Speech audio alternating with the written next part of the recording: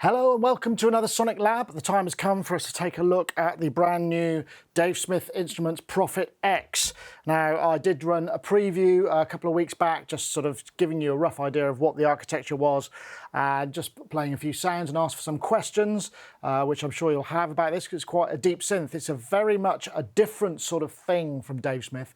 Some of it's very familiar and some of it's very not familiar. So just to run you through that quickly, what we have here is a hybrid synthesizer. So on this side, we could kind of think of this as a Rev 2 style of synthesizer, so very similar sort of facilities. Main difference being that the oscillators are digitally generated. They're not DCOs, they're DSP generated oscillators, like in the Pro 2 and in the Prophet 12, but these are specifically designed for the Prophet X. There are 2 per voice, and there are up to 16 voices depending on whether you're in mono or stereo mode. Stereo mode gives you 8 voices because there's also a stereo analog filter, and that really does kind of make a difference to the sound. Or press the 16 voice button and there you end up with 16 voices, same sort of deal but without the stereo filter. And then on this side we have the sample side of things. Now the samples are provided by 8DO. Inside is a 256 gigabyte hard drive with about 150 gigs worth of samples. Each voice of the Prophet X has 2 instruments potentially, so you've got 2 multi-sample slots. The samples can be edited to a degree and blended via the mixer with the oscillator. The other thing that's very similar to perhaps those who are used to the Rev 2 is also has the kind of A-B architecture. So we've got 2 layers effectively. So there's an A layer and a B layer. If you just want to use one layer, that's fine, but they can be split on the keyboard or stacked. Obviously, if you're in stereo mode with only 8 voices, that only gives you 4 per layer. Lots of other questions about those samples. At present, you can only load, even though there's probably another 100 gigabytes of space on the SSD internally, you can only load internal voices. There are 2 things that are going to be addressed with this. First of all, 8DO say they're going to be producing some more libraries to add to it, and there are in fact a couple of banks of patches where you could bring in those samples and they will be presumably have patches assigned to them. At the moment they're read-only. But also they say that in the future update there's going to be the ability to import your own samples. Now we don't know what format that's going to be, how onerous or easy it's going to be to set up the key groups and the key splits and all of that sort of thing. We just don't know that yet, but we do know that it's promised and coming, and that's been something they've been saying from the very beginning. In terms of the actual hardware, nice solid case. We've got performance controls, got a couple of pitch and mod wheel, and also these additional sliders like you get on the Tempest. So nice in hand, and you can latch those, and they can be routed via the mod matrix. And the mod matrix is actually quite capable. There's 16 slots in the mod matrix, so you get quite a lot of routing. So let's take a look at the inputs and outputs. Headphone output, stereo, A and B outputs for the individual layers, which is quite handy if you want to split those sounds out a little bit. I've got pedal or CV input, which will take a control voltage, volume pedal, sustain pedal, sequencer start stop. Nice to see MIDI in, out, through, and there's also the USB port for MIDI connectivity, so you can hook this up and access the synth directly from the DAW without the need for a MIDI cable. And then there's a USB host, which is sample import, and this will be for, I guess, user samples and also any sample packs that come from 8DO. You can plug a drive in here or a thumb drive. I in fact use this just to update the OS because I needed to do that before I started the review. Finally, we've got multi-power 100 to 240 volts on an IEC socket with a power switch. So let's listen to a couple of sounds. This one is called Mando Loop.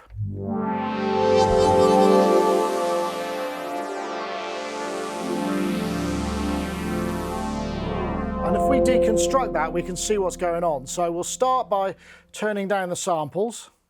So in the mixer here, just turn the samples down. Then we'll just listen to the oscillators.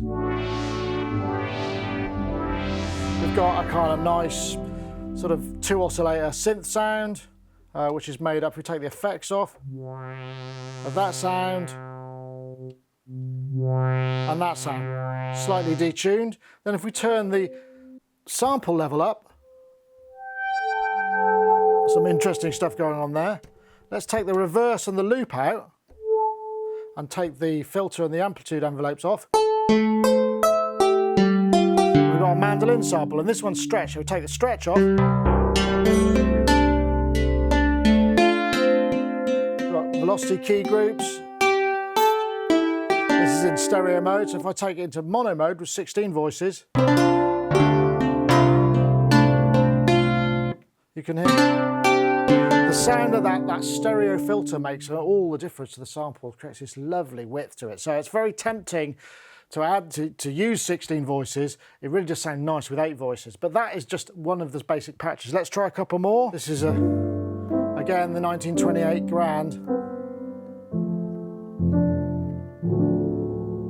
It's really, I mean, there's no denying the quality of some of these 8DO samples are delicious. You know, they really are evocative. That's obviously got a bit of filter on. Let's try some more sounds, because we've got 8 banks of 128, so there's a lot of sounds in here. This one's got a bit of string samples.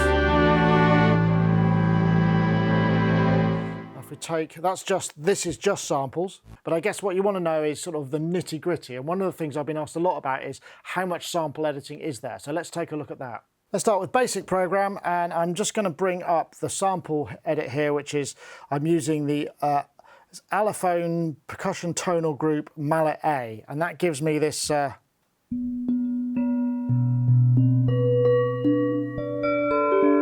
the reverb off. It's like a sort of tubular bell hit with a mallet kind of thing. So let's get close in and take a look. So we can switch the loop on, and if we go into the loop, we've basically got the ability to change the size of the loop, and we've got the start and the end point of the sample. I'll dial it back because it's actually going to be take a while to get round to repeating. So there's the end, and if we have the size of the loop, so yeah, we're looping that. So if we were to increase the end and then the size, you can see what's happening there. But then we can take the size of the loop right down. And you can hear that the loop point is there. Now, if I want to edit the loop, I've got a crossfade time, which is, obviously that's not zero crossing.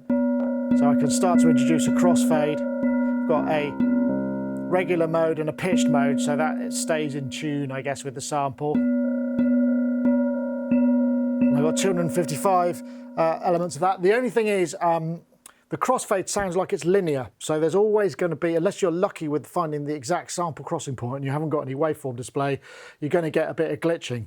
It feels like it would have been better if they'd have gone exponential or logarithmic, so that you could actually just have the different types of crossfade, because sometimes one works better than another and you get a perfectly smooth, because most of these samples are one shots. So if I take the loop off, it just plays to the end. I mean, I've truncated the end, but the end might be another couple of seconds on. Right, so let's get back to the overview. So we'll turn the loop back on again. So now we've got shortened and looped. Now there's some other things that we can do here. If we go to our modulation matrix, there are 16 slots. So what I'm going to start by doing is I'm going to take instrument 1, which is this sample, and I'm going to modulate oscillator 1 frequency. I'll bring oscillator 1 up.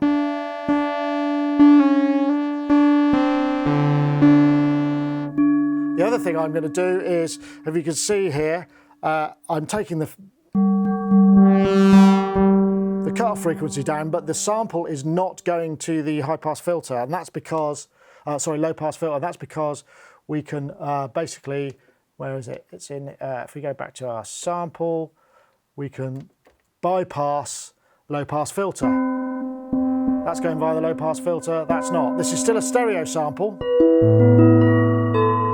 Anyway, back to the mod matrix. I've got instrument 1. And now what I'm going to do is I'm going to dial in. So essentially what I'm doing here is I'm modulating oscillator 1 with the frequency of the sample instrument. So that's kind of cool. But we can do it the other way around as well.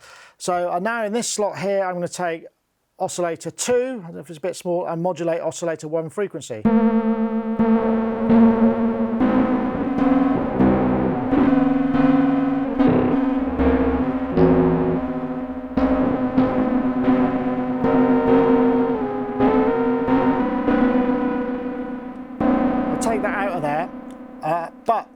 may as well get onto the mod matrix here as well, because I'm going to use LFO3 to modulate the depth. If I take the depth of that modulation down, I'm going to use mod slot 7 to modulate the depth of mod slot 6.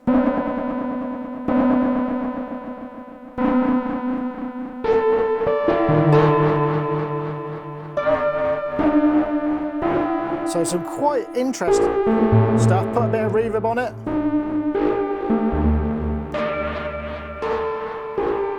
So you can see Oscillator 2 is modulating the FM of oscillator of sample instrument 1. Sample instrument 1 is modulating the frequency of Oscillator 2.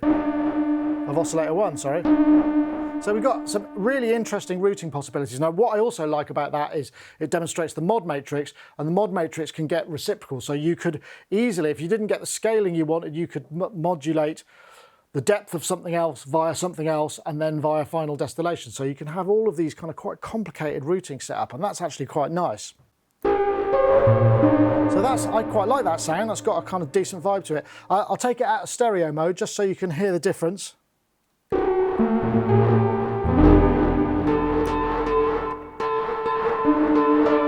So that's with the stereo VCF, and the stereo VCF, I should also point out, this is the VCF that's designed by Dave Rossum. So it's a different design to some of the other Prophet stuff. So it has a really nice quality to it, but maybe more on that a bit later on. So there's a few more sample parameters. Obviously we can do it in reverse mode. So you just reverse the sample from wherever you are. And also when you tweak the volume of the instrument, you get access to this, take a hack and decimate. So we can kind of reduce the sample rate right down and also reduce the bit depth.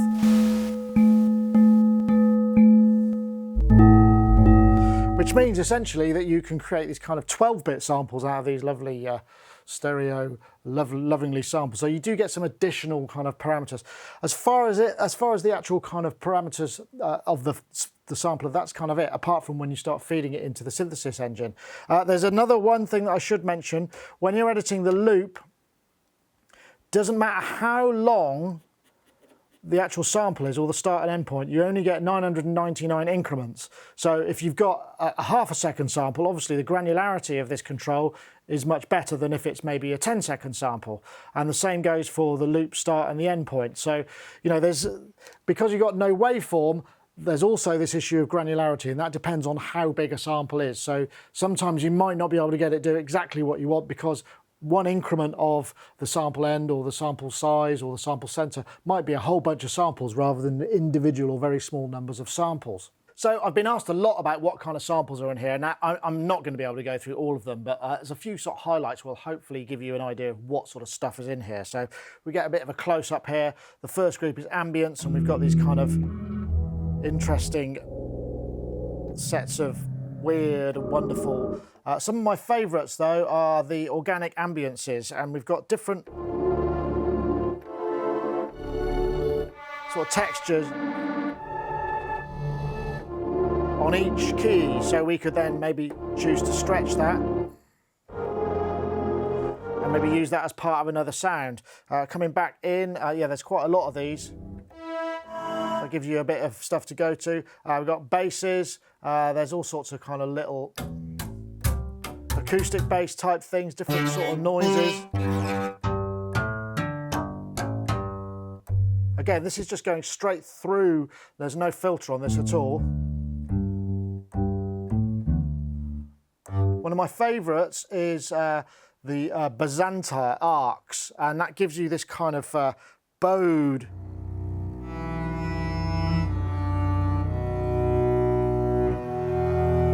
cello kind of vibe.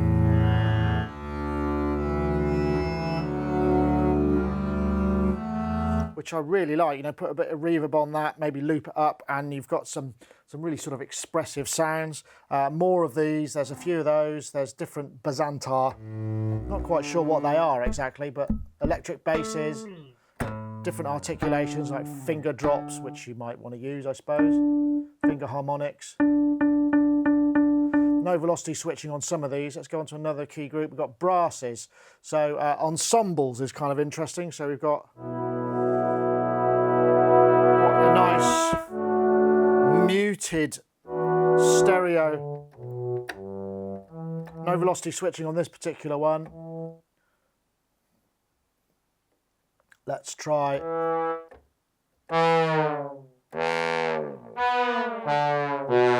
You might need that, I suppose. Saxophones.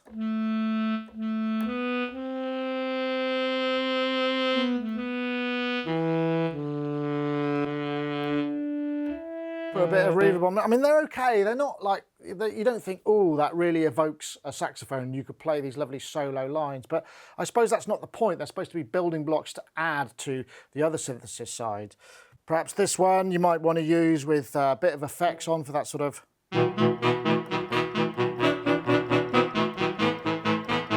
Michael Nyman kind of stuff, I guess. Let's see, let's get on to the choirs. I know a lot of you are interested in the choirs. We've got all sorts of articulations here. We start with just the children long R.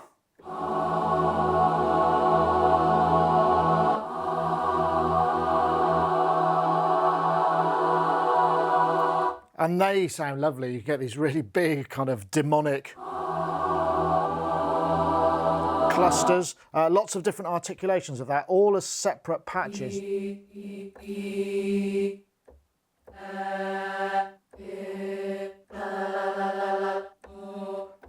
And then there's some words if you want them as well, so we can find those.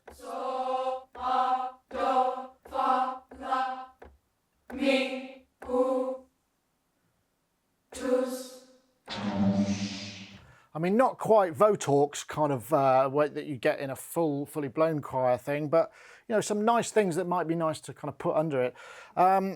We get on to some more groups here.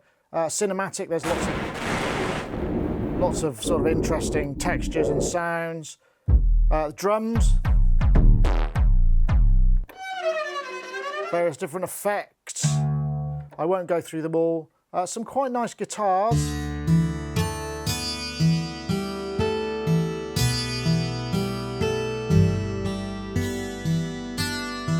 It's a 12 string.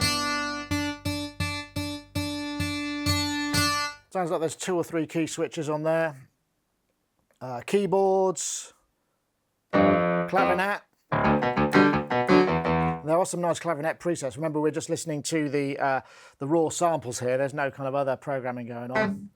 So keyboard, let's go up to, we've got some, I think there's some Rose suitcase.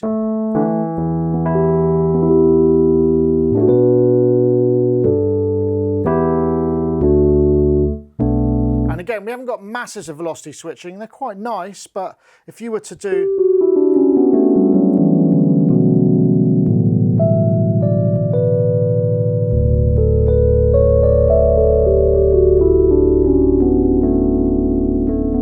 it sounds like there's sort of intelligent voice stealing going on because I'm holding the notes down there and it's not stealing the ones that are down. So you're not getting as much obvious note stealing, but remember these are still only 8 voice because they're stereo samples. I suppose we can put it into 16 voice mode. And that you don't notice it too much with that sample, but ones which have a bit more of a stereo size, it really does shrink them down. In fact, if we go to this is 1928 Grand, we go into stereo mode, it's quite nice. It's got a lovely, maybe take the cut off down a bit.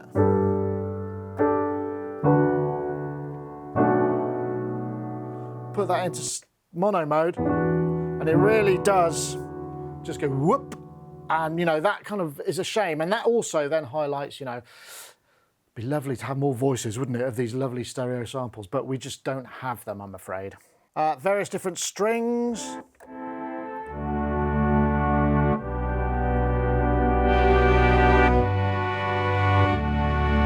Again, you know, they might add a nice little bit of extra reality under some synth strings there. So they're good sort of building blocks, that side of things. So that's a lot about the samples. I hope that's enough for you to kind of get an idea of what's in there. Let's now focus on the synthesis engine. We've got a pair of these DSP generated oscillators, 4 waves each, sine wave, with quite a decent fundamental, nice shape. And we can actually modulate the shape, which just sort of creates some really interesting harmonic side of things. And there's a decent amount of bottom end in this as well. Let's go to the sawtooth. Again, we can modulate the shape of that, which is kind of, it's almost like pulse width, but just a bit different. Square wave, 3-0.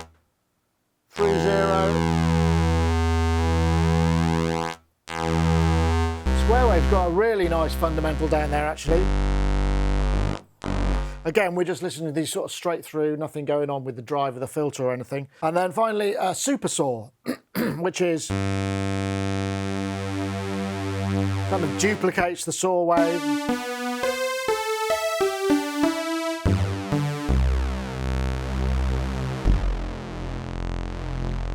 And again, you know, it has some pleasing qualities, and there's a decent amount of bottom end in there as well.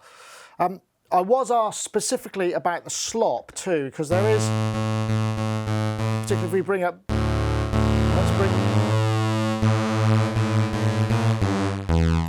which basically introduces this sort of analog unpredictability, and we can go as far as we like until it sounds absolutely broken. We can also sync the waves.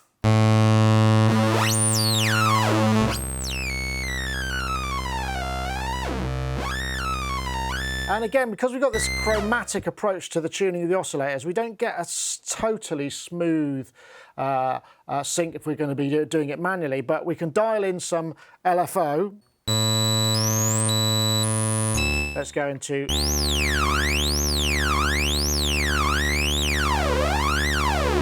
which gives you a smoother transition. But I will say that full width on the LFO depth only feels like sort of an octave and a bit. It's not going right the way across the range, so I'm not quite sure if it's possible to sort of amplify that even further to get a full sync sweep or a full oscillator modulation, but it's sort of quite a narrow field of modulation there. So here I've stacked up two oscillators. I've got a bit of slop, a bit of detune, a bit of pulse width modulation on the bottom oscillator, and you can create some really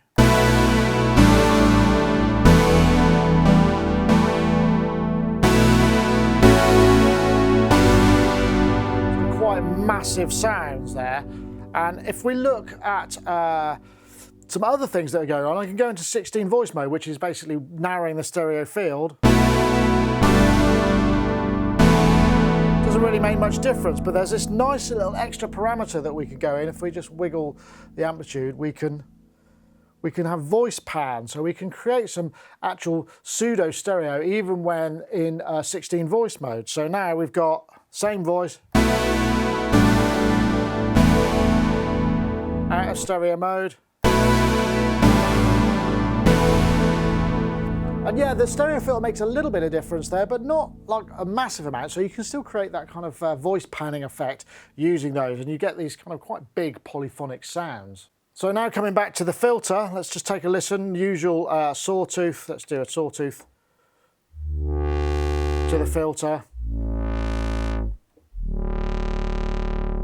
And this is the Dave Rossum 24 dB low pass filter. This is designed by Dave Rossum. He's the guy who was behind a lot of the EMU products and did some really great work. He's got some lovely modules out there at the moment. And we can drive that. And when we start to bring the resonance in,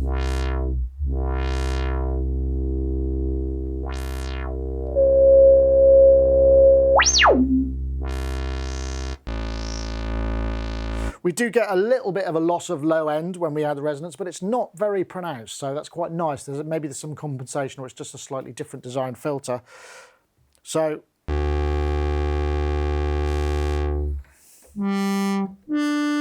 let's bring the resonance right up. Start to bring the drive in.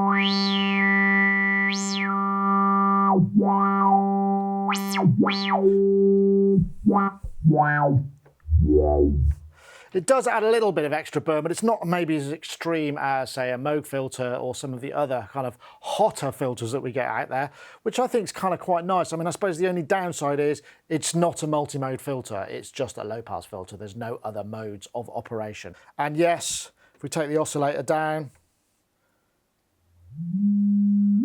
and the key track up, drive down,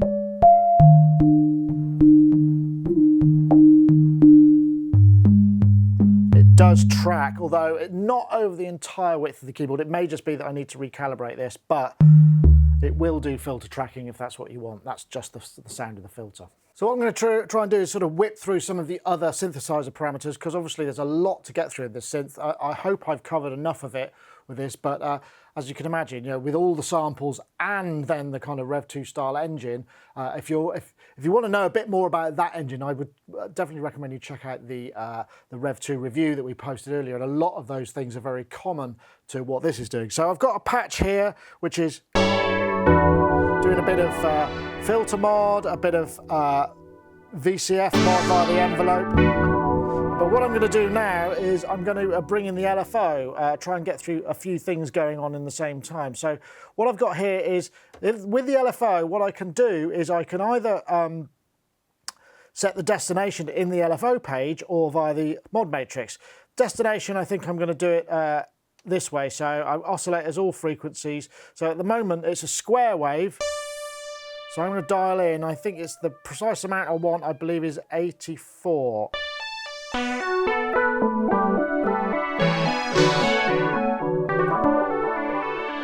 And you can hear the LFO is free running in this case, so we have got 4 LFOs per voice, so that's a lot of LFOs, particularly in 16 voice mode. I know 16 times 4, what's that, 256, something like that, lot of LFOs. So coming back to this, what I'm now going to do is just take you through the speed of it. They go quite nicely into the audio range. I'm using them for musical effect.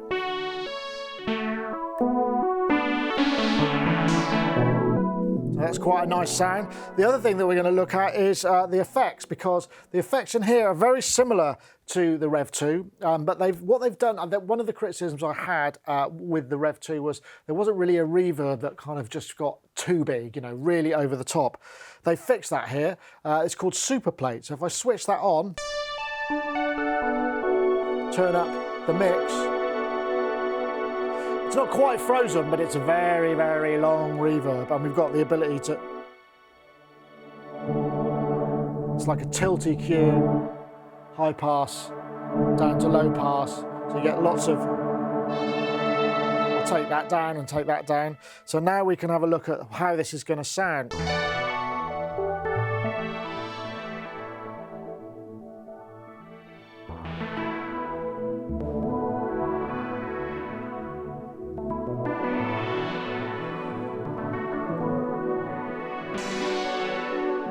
I'll take the reverb off again. We've also got the ability to slew. So we can round the corners off any of the waves. So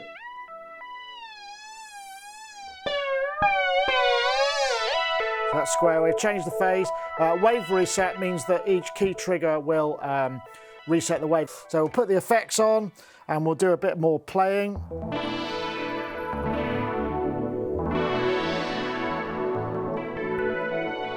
Very nice. Now, why don't we add a little bit of 12 string? So I'll take the synth voices down, turn the 12 string up.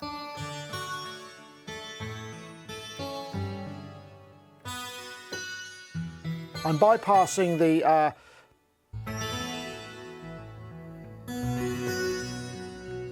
the filter with this one, so bring that all up together.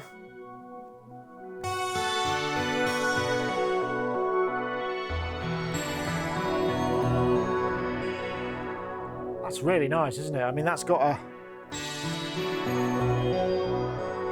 unusual quality to it. Let's stretch that sample.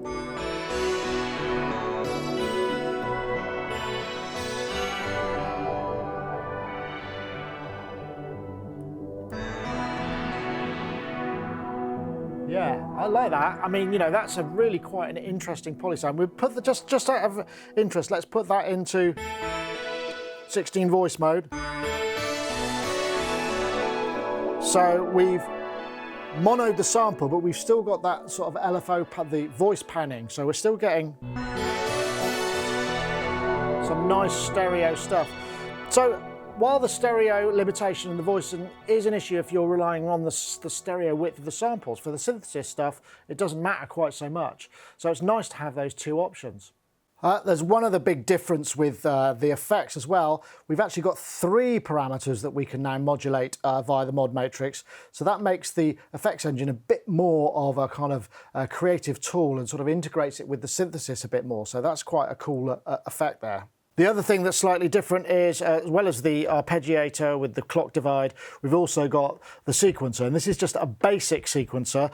In the Rev 2, there was a little bit more going on. You could actually create a control track and have sort of multi-mode, but this is just literally polyphonic step sequencer. That's your lot. There's no other stuff that you can do with the sequencer like you could on the Rev 2.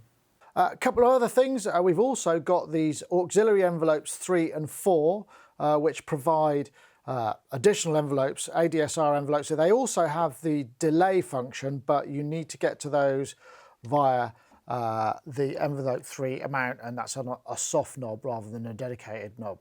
Another thing worth looking at is the playlist function, which is something that I think I was asked about specifically in the comments. And the playlist function is actually pretty cool. Just press the playlist button and you end up with 4 soft buttons, which will then just point to the bank and the program of your choice. You get up to 4 lists, and each list has 10 sets in it. So you can set up, you know, a whole bunch of song by song. Just means you've got very quick access to those program changes. There's nothing stored in here. They just point to the programs and the bank locations that you want. So let's take a look at some of that granular possibilities. I know in the comments to the preview you said, how kind of granular can you get? So probably the simplest way to demonstrate this is we start with some pink noise. This is a pink noise sample. There are all kinds of noise in this synth. I'm going to switch the loop on. And what I've actually got here is a single cycle which I can move around in that noise amount. So I'm starting at the beginning, and on LFO 2 I've dialed in the destination the instrument center, so I'm modulating this random,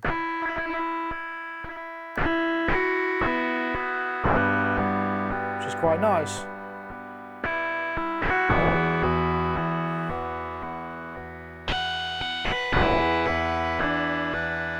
Lovely. So let's add to that. So I'm going to add a piano. Starting to sound good. Let's put some effects on there. This is the super plate that I've got, which I really like the sound of. Let's bring that right up.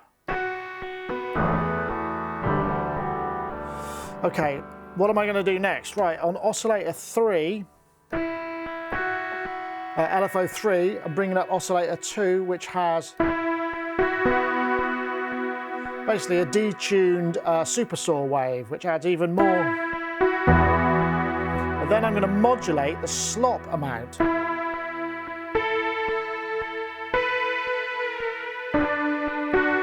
Gets quite random and quite interesting. Maybe take that down a bit. And then finally, on the slider here, I've got the depth of oscillator 1, which is actually turned down, which is actually just playing a fixed pitch. So turn that back up again. But it's cross-modulating the instrument 1. So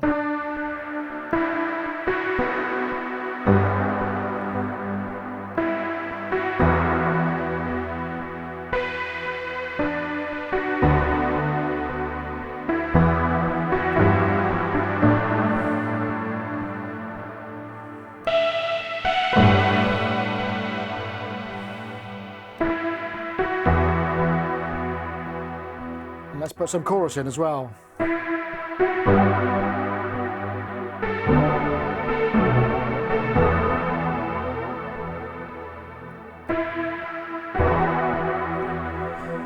I think that's quite nice. And so that's using essentially a granular slice of just some pink noise as the source of this sound. It's got a really interesting quality to it because I'm modulating the center frequency with this random LFO. So that is pretty much it. I know I'm probably going to be guilty of leaving a few things out. There really is a lot to go through on this synth. I mean, the bottom line is the Prophet X is kind of a beast of a synth. It's got a lot going for it. And that limited polyphony may on the face of it seem like, oh, well, I can't use it like a kind of sample workstation. And that's not really the idea, even though quite a lot of the samples in here seem to suggest that you might want to use it for keyboard sounds and that sort of thing. And you can to a degree. I mean, it will do it. But where the strength lies is when you're combining these two different technologies, the synthesis and the sample side of things. Yeah, I think some of the samples are a bit pedestrian. Some of them you'd want a bit more articulation if you're thinking it in terms of purely a sample instrument. But like I say, it's not really that. However, one thing we can't deny is its price. It is expensive. You know, there's no denying that at $4,000, that's US dollars, other currencies will scroll below, it's an expensive instrument. But I will say that every time I've kind of switched it on and played, I'm taken in creative directions. It's an inspiring instrument. You know, it is something that adds a dimension to a single unit. Obviously, you can do similar things with a synth and software and all of the stuff but just switching this on and sitting at it and playing it, you get to places creatively that are really quite inspiring. And I think, you know, for one, if you've got the money, and this is the sort of thing, you know, this is not aimed to everybody, let's be honest, but if you are the sort of person that likes to explore like that, then it could well be an instrument you'd want to check out. I will say, we don't know, like I say, we're waiting to hear what the sample packs are going to be, you know, what other additional instruments are coming in, what kind of process for adding user samples, which I think will greatly open up this instrument, or how many velocity layers and key layers we can add to each of these instruments. I think time will tell, but even without that, it's a really cracking instrument, there's no denying it.